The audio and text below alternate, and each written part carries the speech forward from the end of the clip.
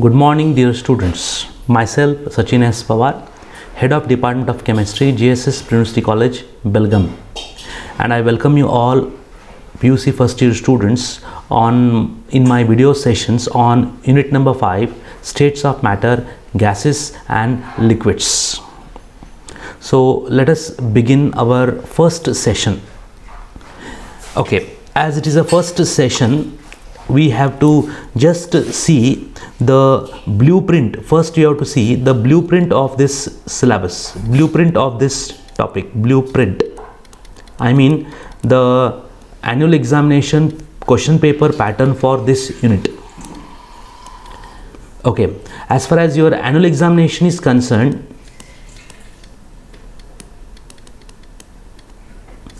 this is there for 8 marks. This unit is there for 8 marks and the questions are also fixed. Question number 2, question number 12 and question number 30. These are meant for your annual examination of this unit. And question number 2 is of 1 marks, question number 12 is of 2 marks, question number 30 is of 5 marks. So total makes it 8 marks. Question number 30 usually it splits as 30A and 30B. 30A, if it is asked for 3 marks, 30B will be asked for 2 marks. If it is asked for 4 marks, this will be asked for 1 mark. Again, if you refer the previous year question papers, you can predict one of the question of question number 2 or question number 12, and also you can predict question number 30A. So if you refer the previous year question papers, you will see question number 30A, most of the time the question comes on postulates of kinetic theory of gases, that we shall see in our sessions, and or sometimes it will be on derivations based on these concepts which are there in this topic, derivations. Okay, so usually the question number 30A is fixed for these two. Any one of this usually comes in the examination. Okay, and as far as this question number 2 or 12 is concerned, out of this one question is fixed, and that question is question on gas laws. Either statements are asked, or they may ask you the application part of it, or sometimes they may ask you problems based on these gas laws. You will be given problem, you have to use the appropriate formula and solve the problem and get the answer. So you may have this. So if I just think of this, so if I just think of question number 1 and 12, it is either 1 mark or 2 marks. Let us take minimum as 1 mark, and if you take question number 30A, 3 or 4 marks, I'll take minimum, that is 3 marks. So 3 plus 1, 4 marks is fixed on this. 4 marks is fixed on this. Remaining 4 marks of questions may appear from any part of the topic. For that you have to learn the entire lesson. This is regarding your annual examination blueprint. This also I have discussed in my first introductory video for you people. You can go through it. Okay, let us move further. So let us begin with the topic states of matter. With this blueprint explanation, let us continue with the unit. Now the name of the unit says that it is states of matter. It is states of matter. What do you mean by state of matter? What do you mean by states of matter? This you have already learnt these terms, matter, in PUC first year unit number 1. It has been taught by N.M. Bhatkande sir. Let us recall that because it is needed here. Matter is the one which has definite mass, and it should occupy definite space. I'm not going to go in detail about it further. you have already learnt about it. Matter is the one which has definite mass and occupies definite space. This you have learnt already. Various examples also you have learnt. You have learnt about mass and weight. It has definite mass, but it may not have definite weight. Regarding that thing you have already learnt in your PUC first year unit number 1, so I'm not going to go in detail about it. So at present, definite mass, definite space, then that should be called as matter. You have also learned the classification of matter. You have also learnt about the classification. Its classification also you have learnt. Okay, and the classification you have learnt based on two criterions. One criteria was the composition of the matter, and second criteria is the physical state of the matter. The physical state of the matter. And when I'm saying state of matter, we are considering with the physical state of the matter. We are considering physical state of the matter. So based on composition you have classified the matter into elements, compound, mixture, substance, and all those things that I'm not going to go in detail about it, because for the present topic this is not necessary. I'm not going to deal with this. As far as physical state is concerned, based on physical state, we can classify the matter into three main types.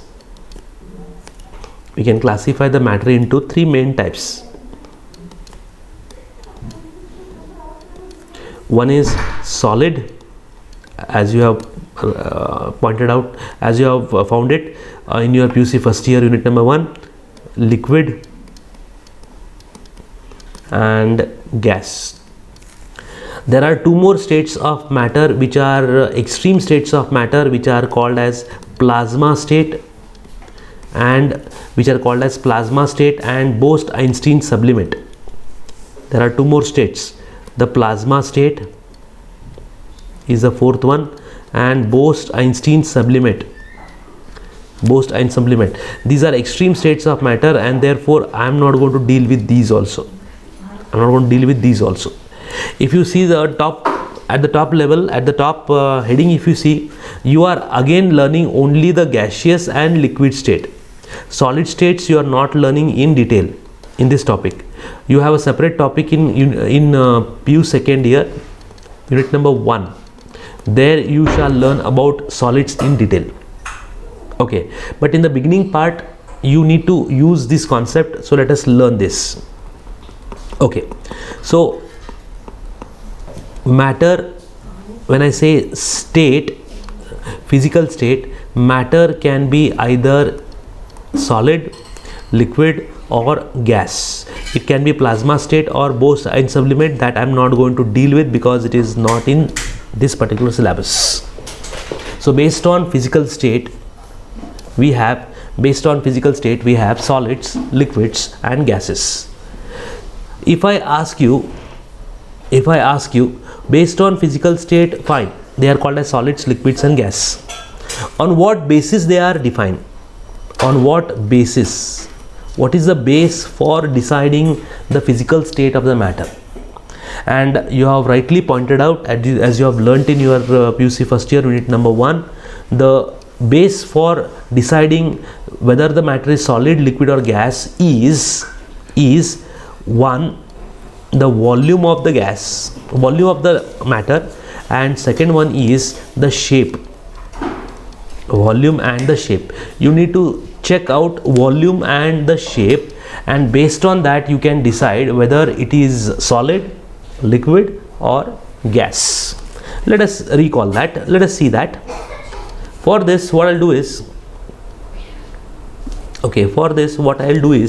I will take an example of a matter. Say I'll take an example of H2O.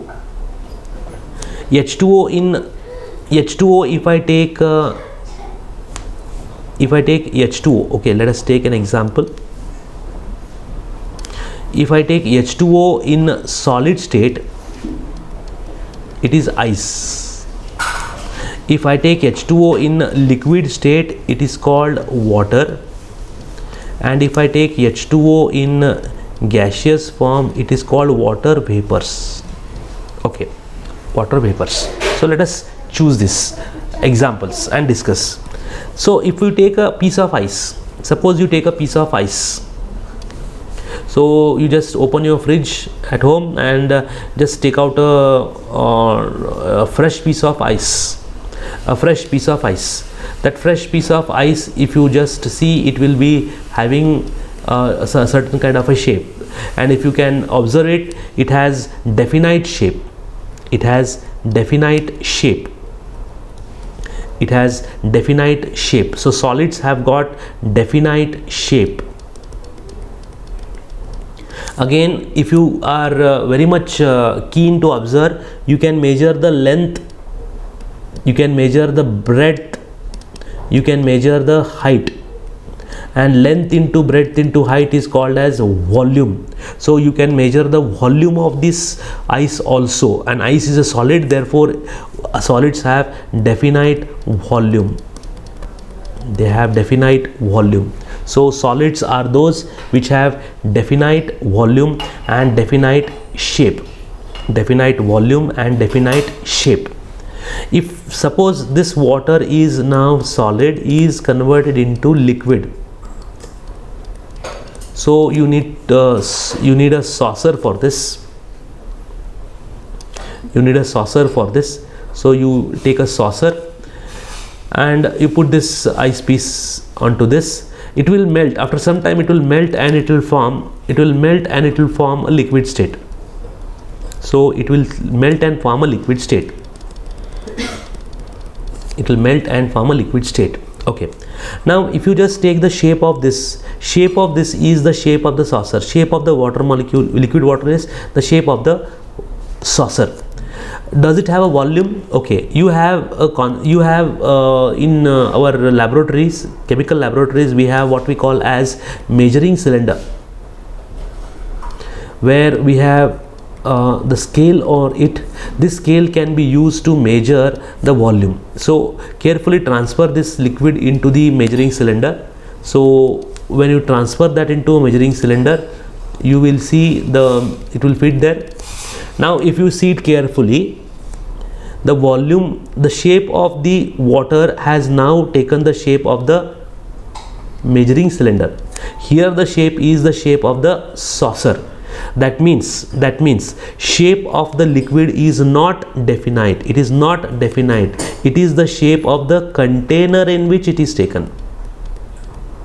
The shape of the container. See, when it was taken in saucer, it has taken the shape of the saucer. When it is taken in a measuring cylinder, it has taken the shape of the measuring cylinder. So shape is not fixed. What about volume? You can definitely measure the volume of the liquid, therefore it has definite volume. So liquid is the one which has definite volume but does not have definite shape. The shape of this depends upon the shape of the container in which it is taken. Next, what I'll do is I just heat this and I convert this into water vapors. Okay, if I heat it as it is, then you will see it starts vaporizing.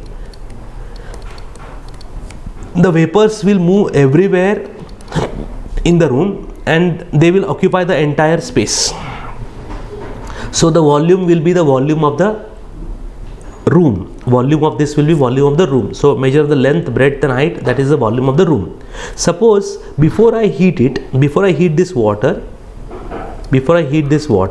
I close this saucer with a glass jar which is a square shape. Okay, so vapors are formed. Vapors are not allowed to go elsewhere, so they will be collected here. They will collected and they are moving at every corner of the vessel. So here you again see the shape is shape of the vessel.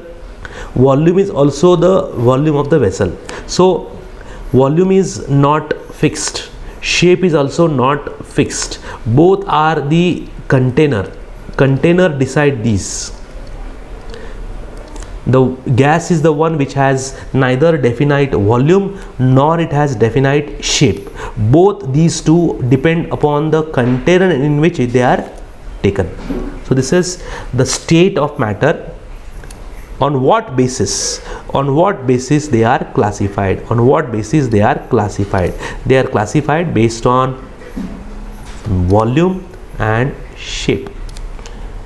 This is regarding the physical state of matter, states of matter. Okay, so I have answered the first question which is required in my topic. On what basis the physical state or the matter is classified into various physical states. Right. This logic is not applicable to plasma and Bose-Einstein sublimate because they are special states. I am not going to go in detail about it. Okay, right. So on what basis? We have answered the question. On what basis? On what basis?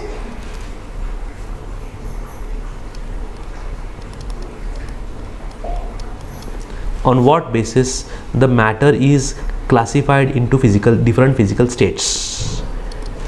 And as we have rightly said, volume and shape, these two are the factors which decide whether the molecule should exist in solid, liquid or gas. The another question is, okay, no problem, based on volume and shape you decide solid, liquid or gas. So when the solid is there, you can, when matter is there, you measure the volume and shape. If they have definite volume and definite shape, you say it as solid. If you have definite volume and no definite shape, you say it as liquid. And if you do not have neither of these two are definite, no definite volume, no definite shape, then you call it as gas. Correct. But the next question comes is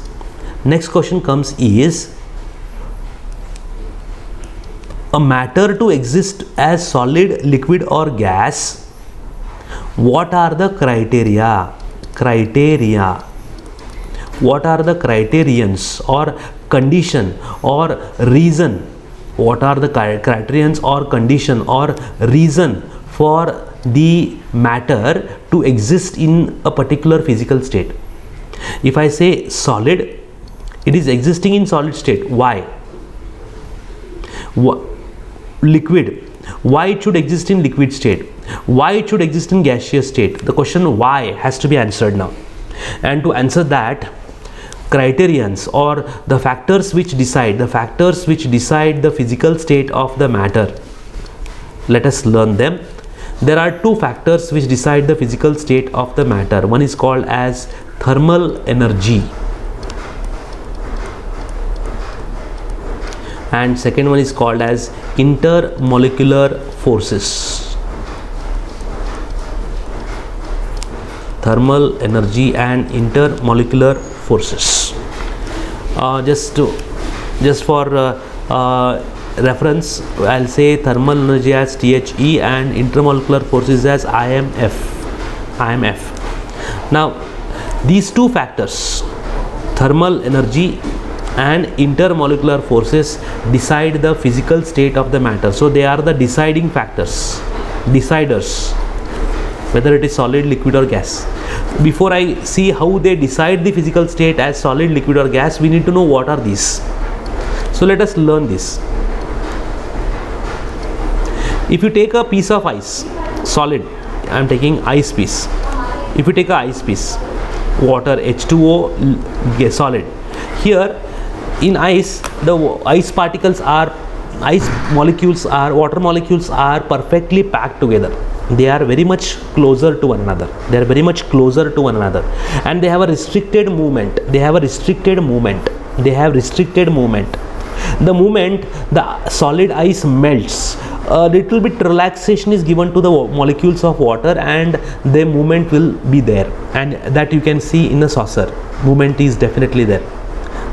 The water in the saucer, you can see there is a definite movement, there is a relaxation for the movement. And the moment that is converted into gas, the particles go as far as possible, and there will be no as far as possible, and there will be lot of gap between the particles. In solids the particles are very tight, so restricted motion, it becomes a liquid, a little bit of freeness in the movement, and in gaseous state they have a tremendous amount of freeness in the motion. Now whether it is solid, liquid or gas, there is a movement of particles, there is a motion of particles. Now for motion to take place, it requires some energy. In physics we call it as kinetic energy. Here we call this as thermal energy. The energy required for the motion of the particles, whether it is in solid state or liquid state or gaseous state, is called as thermal energy. So thermal energy is the energy associated with the matter due to its motion, energy due to the motion of the particles. Okay, and whatever energy it has, because of that there is some motion. That motion is called as thermal motion. It's called thermal motion. So because of thermal energy in those molecules, whether it is solid or liquid, the particles are in motion. That motion is called as thermal motion. Okay, now if you see it carefully regarding thermal energy, okay, as I move from solid to liquid to gas,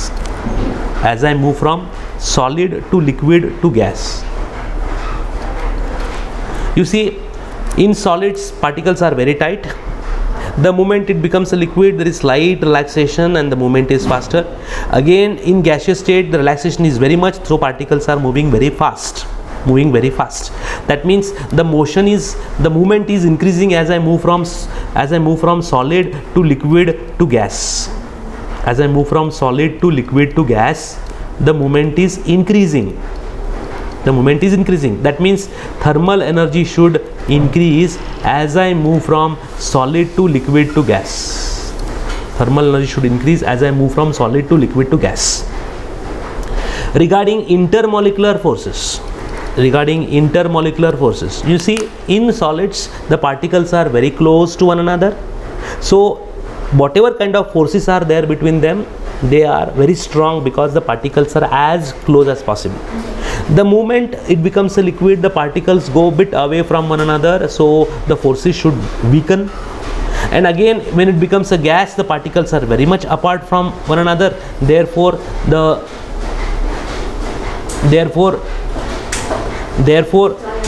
intermolecular forces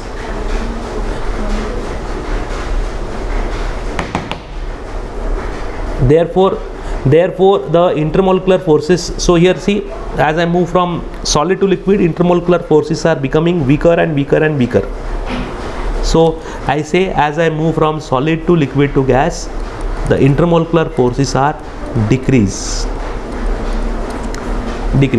So on these two bases, now we can predict when we can have a solid state and when we can have a gaseous state. Suppose I want to have a solid state. Then the intermolecular forces should be very strong, so that particles come together and bulk movement won't be available. At the same time, the movement should be not that much. That means they should have low thermal energy.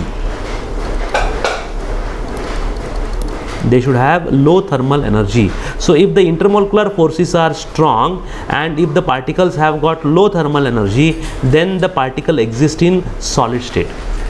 When it can exist in the gaseous state.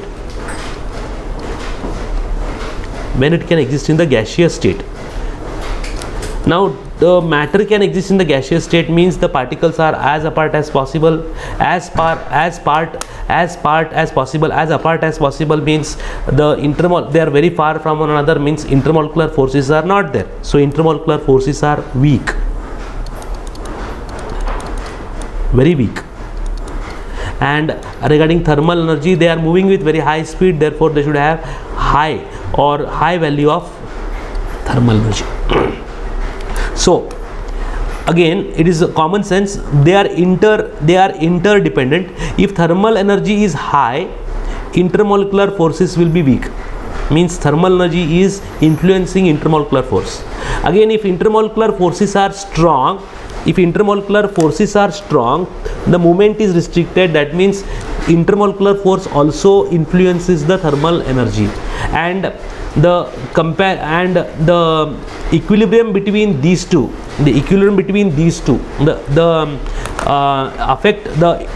altogether effect of thermal energy and intermolecular forces decides the physical state of the matter, that is whether to solid state or liquid state or gaseous state. For liquids, you say intermolecular forces neither should be strong nor should be weak, they should be intermediate of those of solids and liquids. For liquids, again, thermal energy need not be very low or it should not be very high also, it should be intermediate. And based on that, so these two factors, that is thermal energy and intermolecular forces, thus decide the physical state of the matter.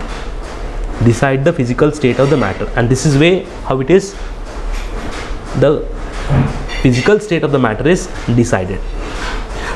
I will stop here. The remaining part of the topic, that is the next part, in the next session we shall discuss on the types of intermolecular forces which are there in the syllabus. Okay, regarding thermal energy I have already finished. How these two factors decide the physical state of the matter, I have finished.